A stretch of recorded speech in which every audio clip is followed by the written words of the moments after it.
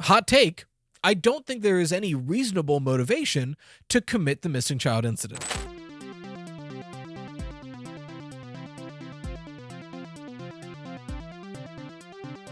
Ladies, gentlemen, and those with the good sense to do away with the whole notion, I welcome you to the premier audio medium for all your Fazbear entertainment needs, the Freddy Fazbear Pizza Podcast.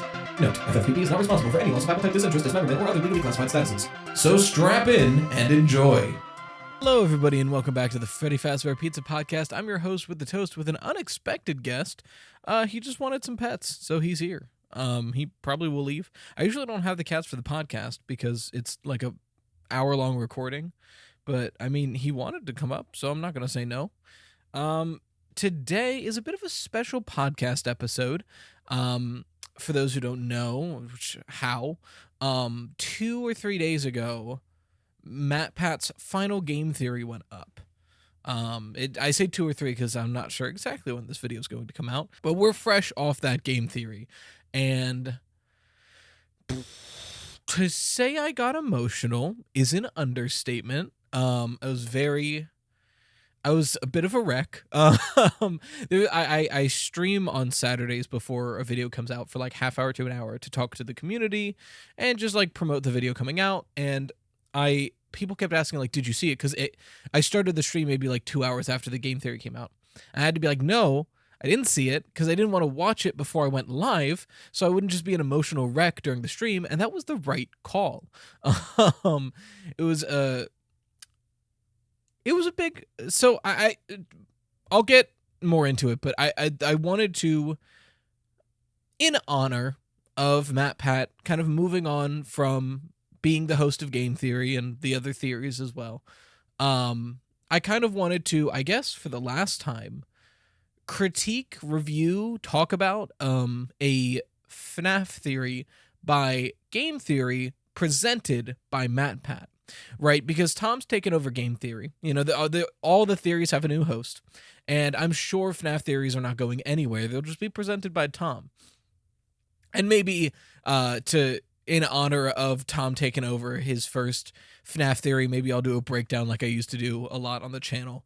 But until then, I figured it would be poignant to kind of devote a podcast episode to talking about a theory that I have talked about on the channel, but I didn't really give it a lot of timed discussion.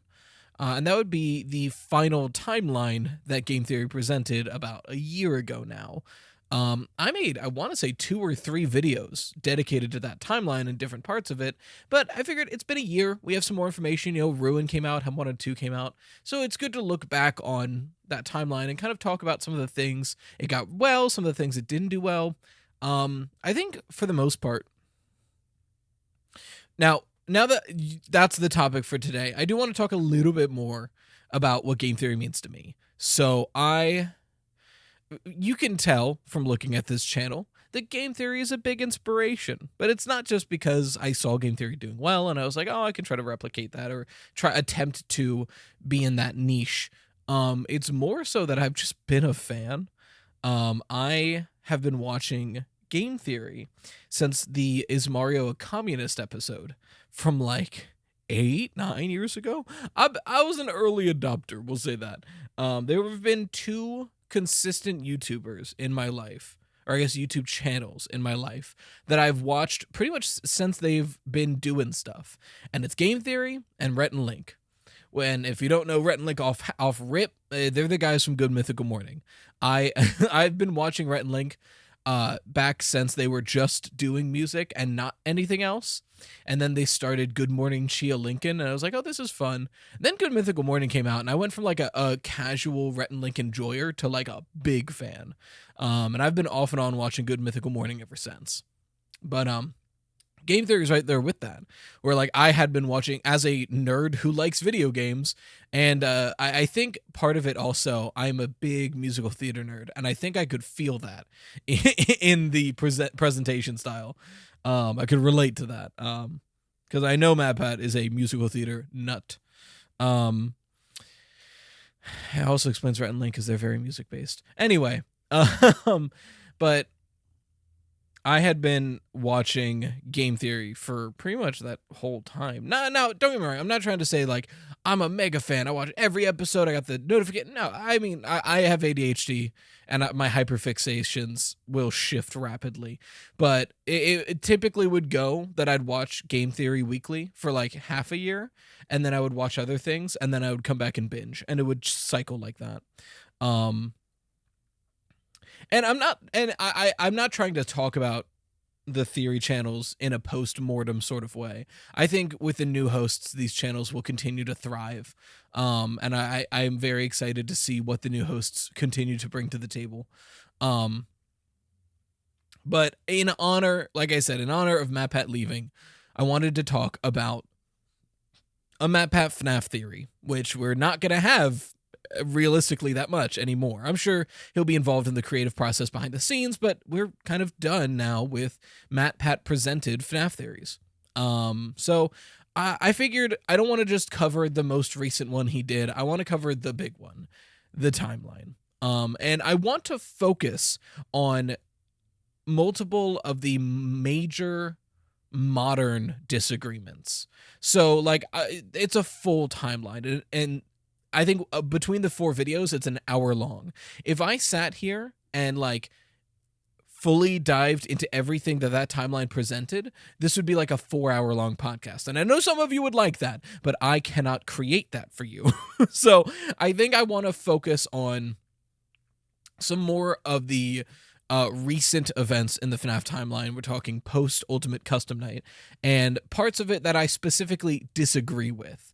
Because I don't think it would be very fun for either of us if I was just like, oh yeah, and then here he mentions how the Help Wanted video game was based off of the FNAF games that Steve Snodgrass made. I'm like, yeah, that sounds right. And then we move on. So there's 3 major points I want to tackle, and it's points that I have tackled in the past, but especially with current information, I think it's prescient to bring them back up. The first one is one of the points that I feel like a lot of people harp on with that timeline, where, like, yes, it is a major part of the modern aspects of the FNAF timeline, but some people were disagreeing with it in a way that they were like, oh, everything after Ultimate Custom Night is completely wrong. And it's like, well, the actions that occurred could have been the same, just under somebody else. Like, just because you disagree with who this is talking about doesn't mean all of this is for nothing. And the person I'm talking about is Mrs. Afton, William Afton's wife. A big part of the later timeline was that after William dies in FNAF 6 and Henry's dead and all that, Mrs. Afton, William Afton's wife, starts receiving the bills and the letters in the mail since she's the next of kin, essentially. And that's when she kind of takes over the company and continues in William's footsteps. I think that is like a decent interpretation. I wouldn't say I agree with it. In fact, I would say I very much disagree with it. Now, I've mentioned this in the past. I don't want to just... a lot of this I've mentioned in the past, so I'm just going to stop saying this. But one of the critiques I've seen of that is that she would be too old. And I think that's a bad critique, because I don't think that's true. One of the main reasons being that I did the math. It was something like, if William had kids in the 1970s, the median marrying age in the 1970s to marry, have a kid, and buy a house for a woman was like 20 or 21. It was like really, really young. Typically the men were older, like 35 to 40 even, which is gross to think about, but it was the 70s, which, you know, doesn't excuse it, but it's one of those things that you look back and you're like, man, it's really fucking gross how there was like 20-year age gaps in a lot of relationships, and it's because women were seen as property, and you know, it's a whole thing. But what I'm trying to say is, at the time they would have been having kids, the median age to do that for a woman in the US was around like 20 to 22. So if she was 20 to 22 in the 70s, by 2035 or whatever, when security breach is happening, around then anyway, she would she would be like about in her 80s, 70s to 80s, which, don't get me wrong, that is old.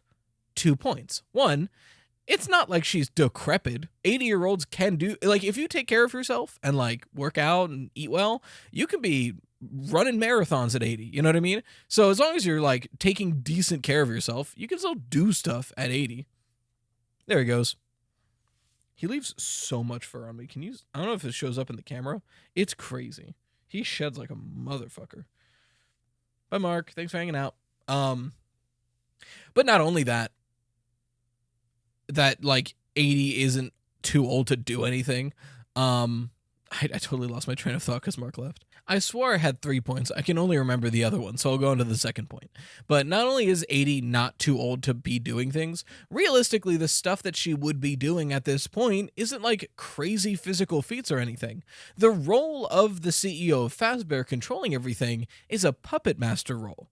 Like, it's something that you're ordering other people to do. It would even explain why Vanessa is so necessary. She needs someone young and spry to do things for her. So, like, I wouldn't even say that it's unrealistic that someone who's like 70, 80 years old could be doing all this, because physically she's not doing that much. So the age, I never thought was a good point against Mrs. Afton. The main point I have against Mrs. Afton is twofold. One, a lack of evidence. Yes, there is the staff bot who is at the head of the table. That is true. Does that imply that it was put there by Mrs. Afton? I wouldn't say so. Does it imply whoever built this possibly likes their mother more than William Afton? I would say that's more likely, because I have a feeling, besides Elizabeth Afton, the Afton children don't very much like William. He seems like kind of a bad father, if you ask me. So I would imagine they preferred their mother. But again, that's when I think about evidence that points to Mrs. Afton's involvement, that's the only one I think of. And MatPat in the timeline readily admitted that it wasn't like an evidentiary point. It was something that felt right, which is fair. Like in Five Nights at Freddy's, you do have to take a leap every now and then where there just isn't good evidence. And admittedly, my alternative is also a leap. I just think it's over a shorter gap. So I don't think that Mrs. Afton is involved in the current FNAF timeline in any way. So the next question is, okay, then who is the CEO of Fazbear? If you're so confident it isn't Mrs. Afton. And truth be told, I lean very much into the Tales from the Pizzaplex explanation, which is that until Glitchtrap gets involved, it's just a greedy CEO who's kind of stupid. And everything up until now has been a cost-cutting measure. So in the books, we meet someone, and it's a brilliant red herring. One of the reddest herrings I've ever seen. Mr. Burrows. You know, the thing rabbits live in, who has a purple tie at times. But essentially it's the, I don't know if he's the CEO or rather like the chairman, but like the head guy of Fazbear is a self-described like snotty rich kid, know-it-all, like genius. And his plan was find some piece of shit company that had potential, buy it for cheap, flip it, make massive profit and sell it off, and then just be rich. And that was his plan. And Fazbear was the perfect company for that. It was a company that had like mascot appeal with bad PR. So he bought the company, fixed it up, spruced up its image, made a little bit of fun of itself, and made the mega pizzaplexes. And in the books, Mr. Burrows is not in Afton, not related to Afton, not haunted by a ghost. He doesn't even like Fazbear. He states several times he hates these characters, but he knows it can make money. And then by the end of the story we meet him, his hubris and reliance on cutting corners eventually kills him, right? So when I look at the modern FNAF timeline, that logic can apply. So we have the Mega Pizzaplex. It's built on top of FNAF 6. You can look at that and go, okay, they wanted to hide this location but keep it safe, so they built something on top of it. That's an answer. Another possibility is somebody bought the company and said, all right, what land do we still own? We own this parking lot, bulldoze the restaurant and put it on top. Done and done. Then we have scanning in the electronics that creates glitch trap into help wanted. And it's like, okay, you can look at it, and I'm not saying these are bad interpretations. I'm just offering different ones. You can look at that and say, okay, scanning this created glitch trap. This must have been a malicious act to continue the legacy of William Afton.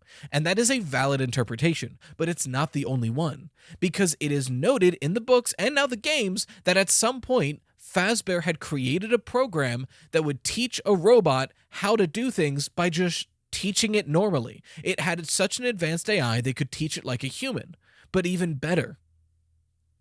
And we know it's in the games, we know it's in the books, and Mr. Burroughs himself tried to implement an AI storyteller program in the Mega Pizzaplex using the Mimic. So we know that this is a known thing of Fazbear, at least to the higher-ups, that they have this technology. So, of course, when they're making a video game to cut corners, this guy goes, okay, well, hey, we have old technology with programs that can help learn automatically. Just scan that in. I'm sure it'll help. And didn't care about anything that happened afterwards. And you can even look at Help Wanted and be like, man, Help Wanted is a game designed to cover up the true history of Fazbear and hide the crimes from the public. This must be from someone trying to clean the image so they can take over and redo the remnant experiments and bring William back from the dead. Or a greedy businessman who bought a company with terrible PR is trying to fix that company's terrible PR by making light of it and covering up the truth. Because CEOs, historically, very often try to cover up their bad PR and obscure the truth. Not to mention, if this is all just a greedy businessman being an idiot, that tracks with FNAF's themes across the entire franchise. Five Nights at Freddy's, in the background, whether Scott intended to or not, has always had anti-capitalist messaging saying that greedy corporations will kill people. Like, that's straight up, like, yes, there's the William Afton aspect of it, and there's the whole that, but the fact that Fazbear is a running company this long, whether Scott meant to or not, is a direct joke on how companies are so greedy they will kill anyone in their way to make a quick buck. So carrying that into the modern age with greedy businessmen makes sense, especially because a lot of the angles of current FNAF stories and games are how AI is dangerous and using it to replace things is a bad idea, which is another current political business message. So it lines up very well that at least for the beginning of the modern timeline, whoever is the puppet master of Fazbear is just a greedy businessman. So then, I hear you. Okay, if that's true, why does that greedy businessman push Vanessa to the top of the security, fire everyone else, and basically perfectly set up the mall to be taken over by Glitch Trap? I give you two answers. One, you could in a way argue that that's still this greedy businessman being an idiot and firing their staff to replace it with robots because robots are cheaper. However, it does start pushing the envelope to really be like, and then he would be okay with Glitch Trap taking over everything. But if you note, in Security Breach, pretty much all the information we get about the higher-ups are via email. So I have a feeling that at some point before Security Breach, the CEO is killed by Vanny or Glitch Trap or something like that, and hidden so that all of the communication to and from the CEO is handled by Glitch Trap or Vanny or someone. So at some point, I do think it is given over to evil hands by killing the CEO. And we see that in The Storyteller, where Mr. Burroughs dies at the end of it because of the Mimic kills Mr. Burrow, essentially. The Mimic program, anyway. So, and from then on, if they just keep sending out emails as the CEO, no one is the wiser. So I would argue that much more likely, and I'd be bold enough to say much more likely than Mrs. Afton, is a greedy businessman just cutting as many corners as possible and eventually ending up losing his own life to this chain of events. And it could still be that, or at some point it switches over to Glitch Trap, closer to Security Breach.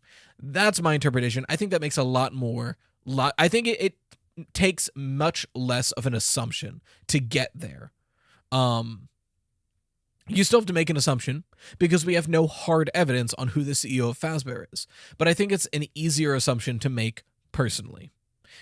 That's probably the biggest criticism I've heard of the timeline is the Mrs. Afton aspect. And I don't think it's a bad theory. I don't think it's wrong. It's just I think there are more likely options. But other things that get brought up in that theory, in the timeline. Gregbot. I gotta dog you on Gregbot at least one more time before you get out of here, my guy. And it's not that I'm dogging Gregbot, okay? But it's more so that I do not think Gregory is a robot. It's much like my rebuttal of Mrs. Afton, but Gregory is a robot has circumstantial evidence, but I don't think any of it is necessarily strong enough to make the claim that he is a robot.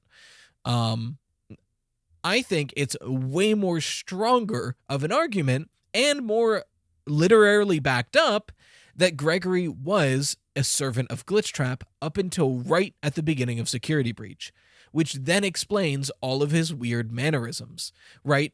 So in Security Breach, we can free Vanessa from the Vanny identity by beating Princess Quest, which we don't know if that's exactly how it goes down, thanks to Ep 1 and 2, but regardless, we see in Security Breach that you beat that Princess Quest, Vanessa is freed of the Vanny persona.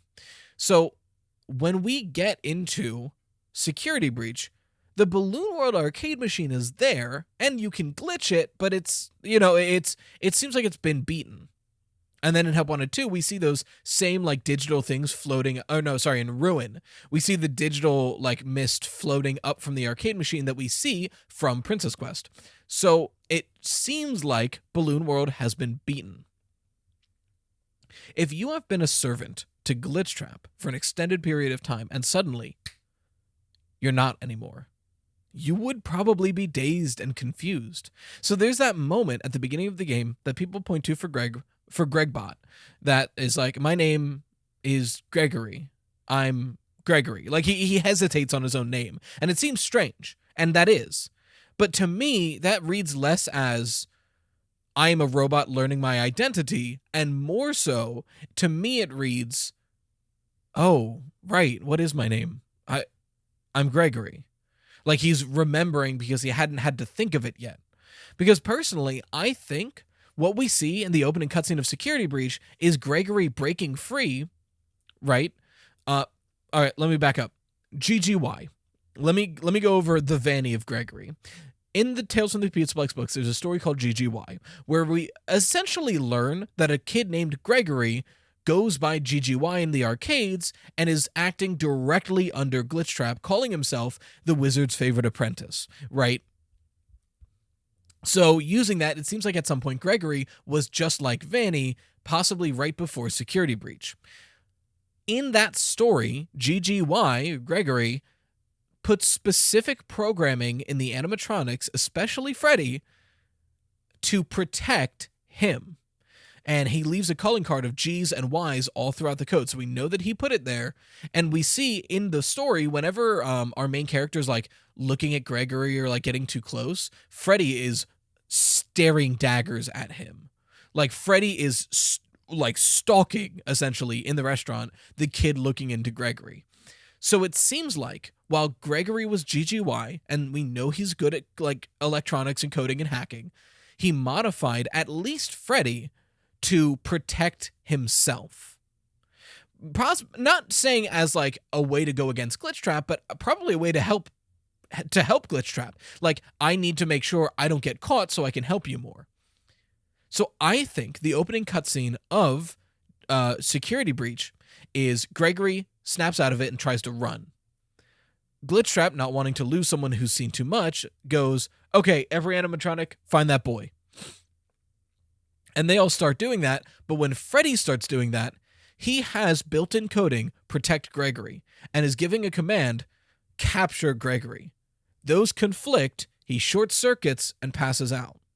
And then he boots up in safe mode without the Gregory coding and without the Glitchtrap virus. He boots up in a default safe mode.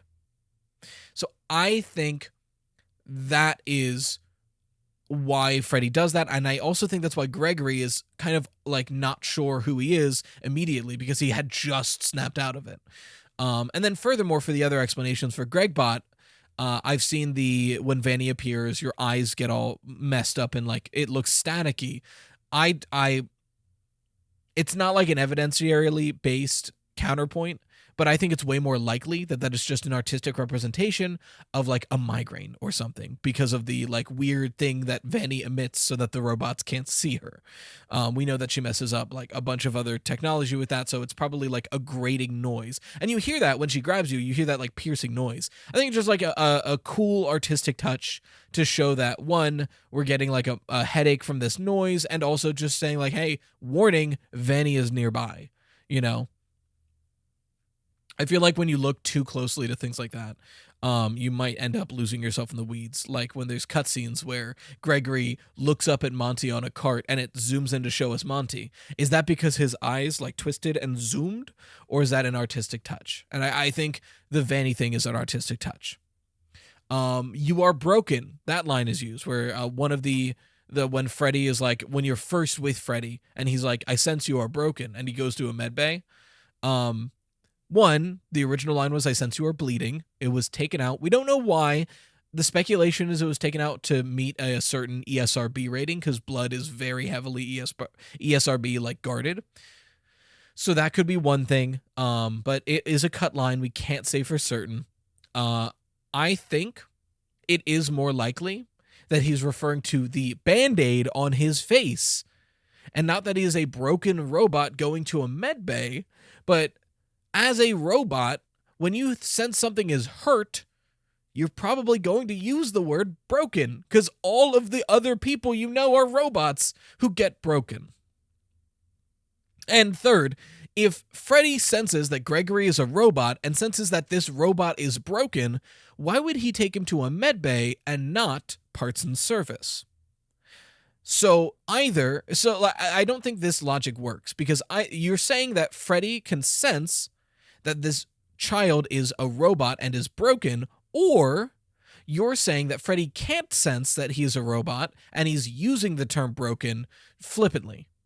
Because if Freddy senses that this is an actual robot and that's why he uses the word broken, logically he would bring him to parts and service, not medbay.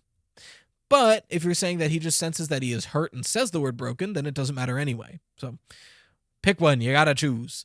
And then I think the other explanation for Gregbot was that Gregory is a very good vessel for the crying child, not necessarily to directly possess, but like it does seem clear that Glitchtrap or Afton or whoever is still around is trying to rebuild the Afton family, and I do agree with that aspect of his timeline.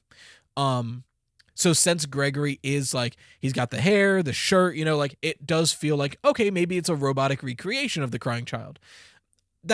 I don't think I need to have a counterpoint for that, because I think that is very, like, I think that's a very loose, evidence-based interpretation. I think I can just say I disagree and call it that spade a spade, personally. So yeah, I don't think it is Gregbot. I think it's more likely that Gregory was under the control of Afton and snapped out of it. But to the credit of the timeline, GGY came out like just before the timeline did. So it seemed like it was much too late to add that into the timeline. So a lot of my evidence I'm using against this theory comes from things that came out like right as the timeline did or after. So that's the whole point of Five Nights at Freddy's theories, right? Is that they are ever changing and the timelines are ever changing. So I plan to do 3 things. But it's 30 minutes in, and I usually switch to questions here. But I'll do one more. The other thing I wanted to talk about, he also brings up, and I've seen a lot of, I know ID's Fantasy, I'm pretty sure, believes this. I've seen this a lot, is that Glamrock Freddy gets possessed by Michael Afton. Most likely when Glamrock Freddy digs the way to the FNAF 6 like restaurant under the orders of Vanny. Because we have that monologue at the end of the game of, I know what this is. I've been here before. I found myself when I dug the tunnels. I am not me. My friends are down here. And Glamrock Freddy acts very strangely throughout this game. Like he's not acting to code, it seems. I'm not saying Glam Mike is impossible or even unlikely. If any of the Glamrocks are possessed in Security Breach, I would say it's probably Glamrock Freddy possessed by Michael Afton. I grant you that is a very possible outcome. I don't think that's the case, though. Personally, I think what we see Glamrock Freddy do throughout this game is gain sentience. It seems like a big theme of modern FNAF is AI and robotics. And I think what we're seeing in Glamrock Freddy is and we know that we don't know. It's very likely that the we do know. Help Wanted 2 confirmed it. The Glamrock endoskeletons are basically built off of the Mimic program. You teach them like real people. And we see that in the Endomaze, and in Help Wanted 2, you do the minigame where you're literally teaching an endoskeleton. So they are built off of some kind of self-learning AI. So we know that.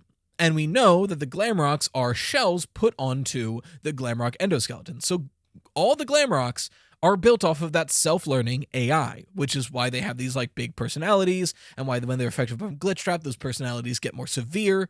So we know Glamrock Freddy is built off of a self-learning AI. I think what we see throughout Security Breach is Glamrock Freddy gaining sentience. Essentially, recognizing that he is an AI robot and kind of Detroit Become Humaning, essentially, where at the beginning he gets into safe mode and he's kind of thrown off by what's going on, but he starts remembering more and more about what happened before safe mode. Throughout the game, we make Glamrock Freddy do so many things that go directly against his programming. God forbid what Vanny made him do. So I think all of this stress of going against your own programming while having a self-learned AI eventually combines to Glamrock Freddy essentially becoming as real as a robot can and gaining a conscious mind. I think that is, one, pretty compelling as a character arc. Two, it fits perfectly thematically with the main villain. The Mimic in Ruin, which I'm going to, for future intensive purposes, the Mimic is the main villain of Five Nights at Freddy's, is an AI that specifically replicates.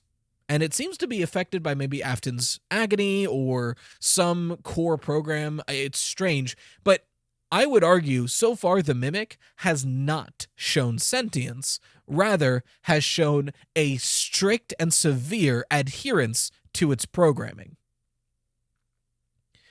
What a perfect foil to have the main villain of Five Nights at Freddy's at the moment be a mimicking AI who is obsessed with following strict programming modeled after William Afton.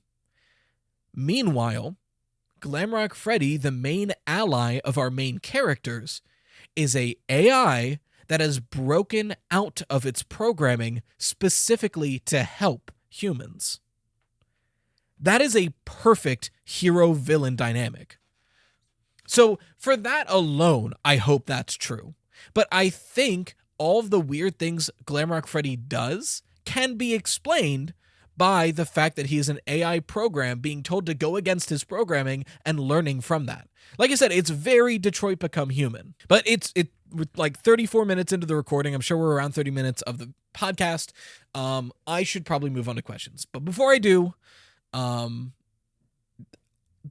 like I said at the beginning, the final Game Theory FNAF timeline from MatPat is a good timeline. I think it's one of those things that a lot of the time timelines, especially like YouTuber timelines, are meant to give fans or newcomers kind of a way to start in the franchise and like get their bearings, kind of know what's going on, and then look into it themselves.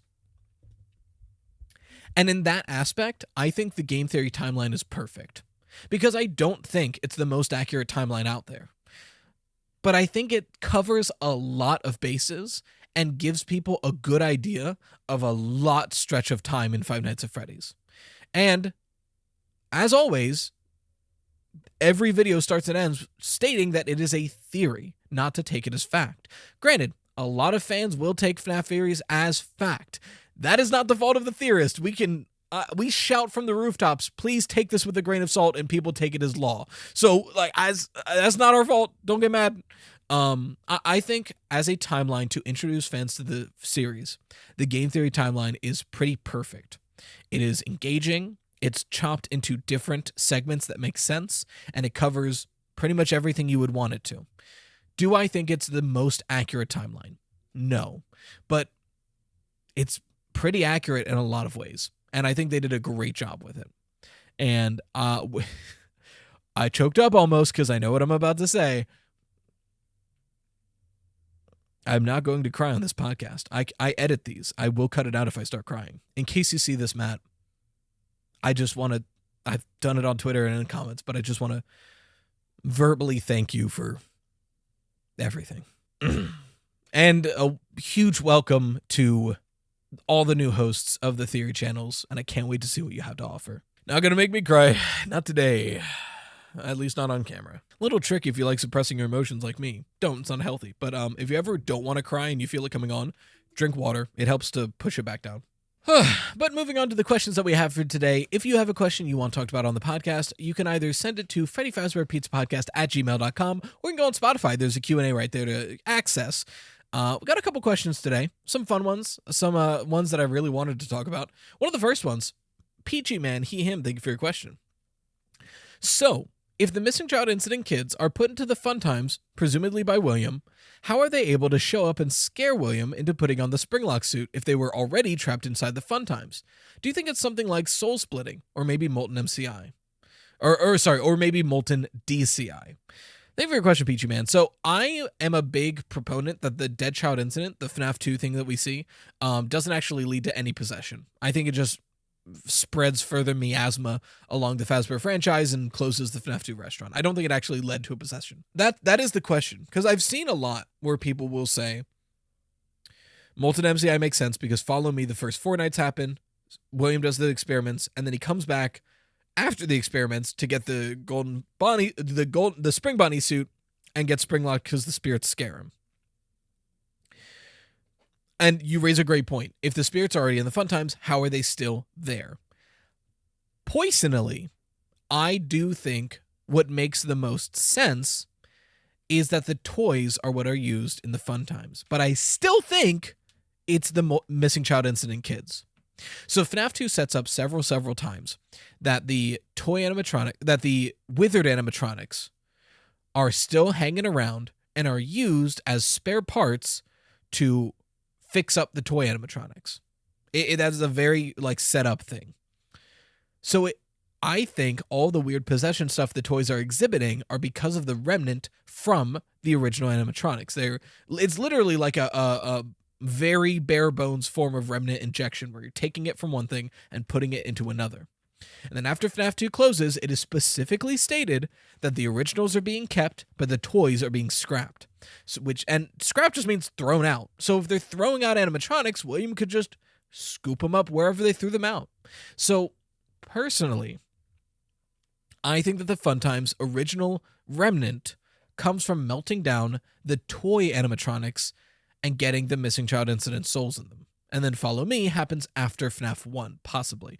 Or after FNAF 2, it's hard to tell.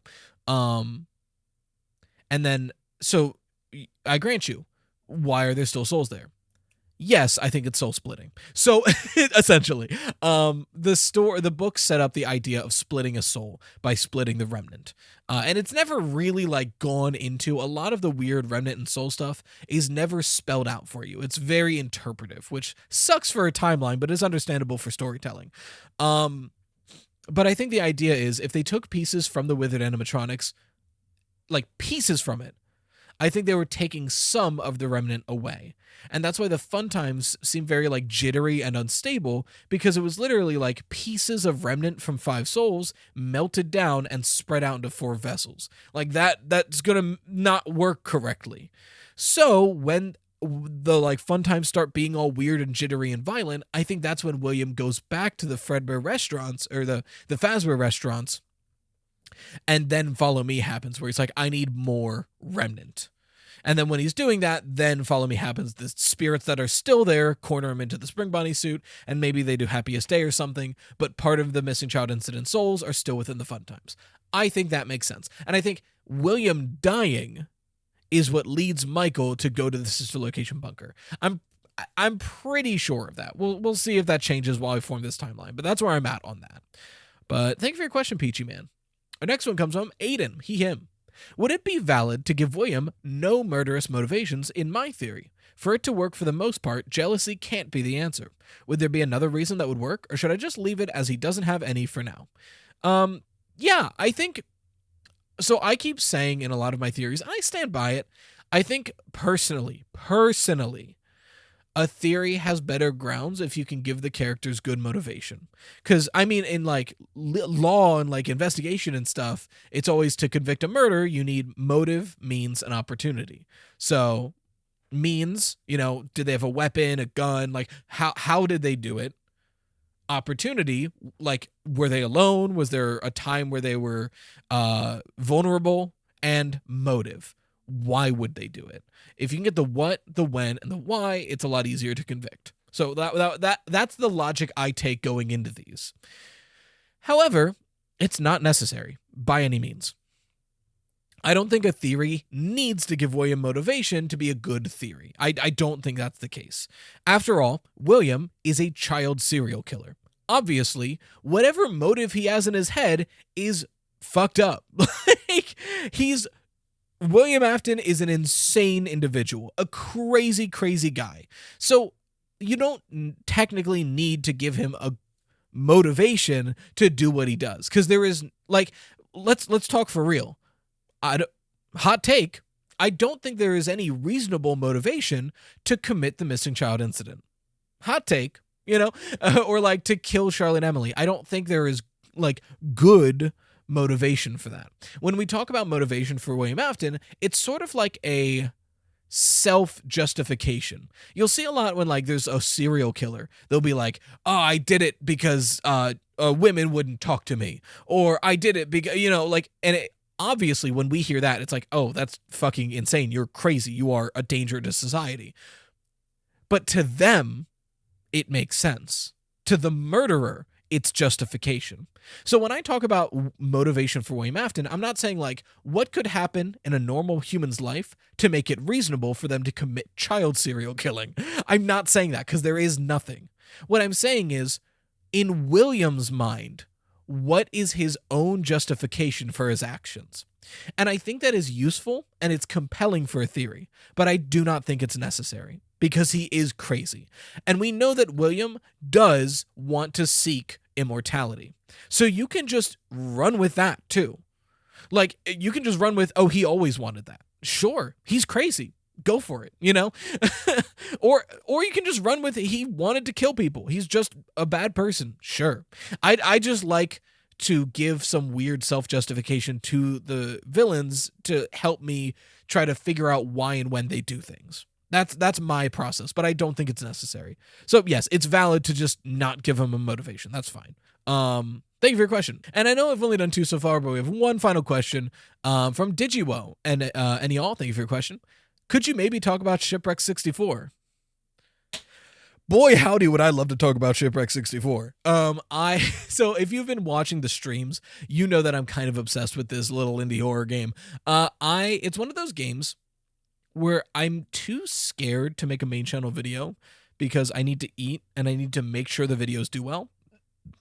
And FNAF videos do well on my channel because it's a FNAF channel. Poppy Playtime videos struggle a bit, but they do okay because it's a FNAF channel.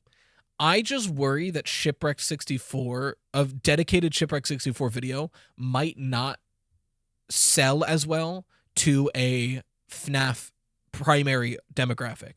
I think everyone who likes Five Nights at Freddy's will like Shipwrecked 64 if they play it and give it a shot. I think that is 100% true.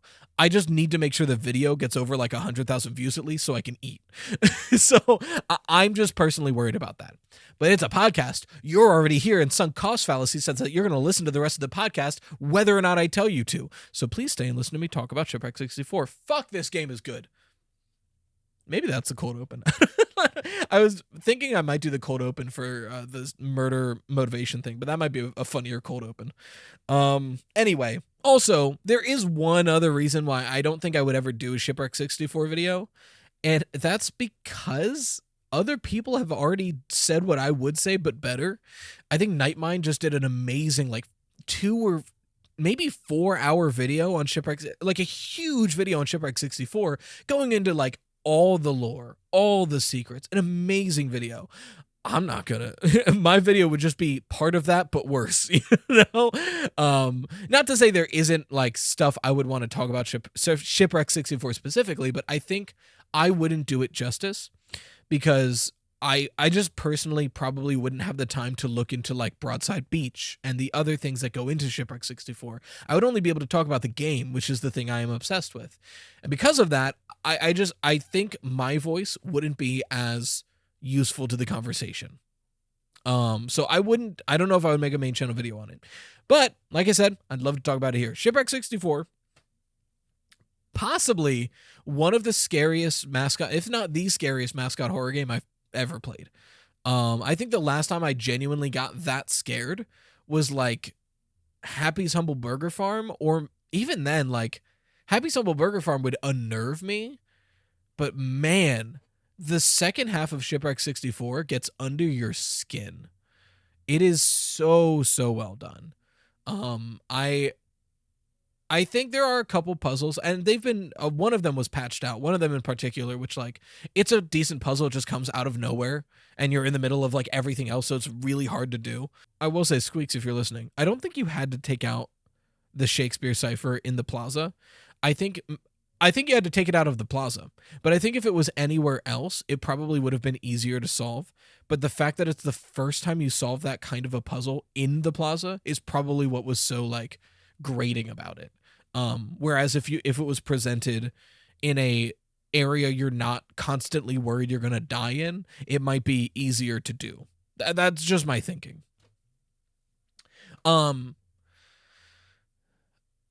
But like, just between the plaza, the sewers, the final boss challenge, the cutscene, like everything in Shipwrecked 64 is so good. And it's one of those games that I've put in hours of time into, and I know there's like at least a third of that game I haven't seen yet, and that alone is super impressive, and it's really fun to speedrun. So I really like Shipwrecked 64, and I think more people should play it.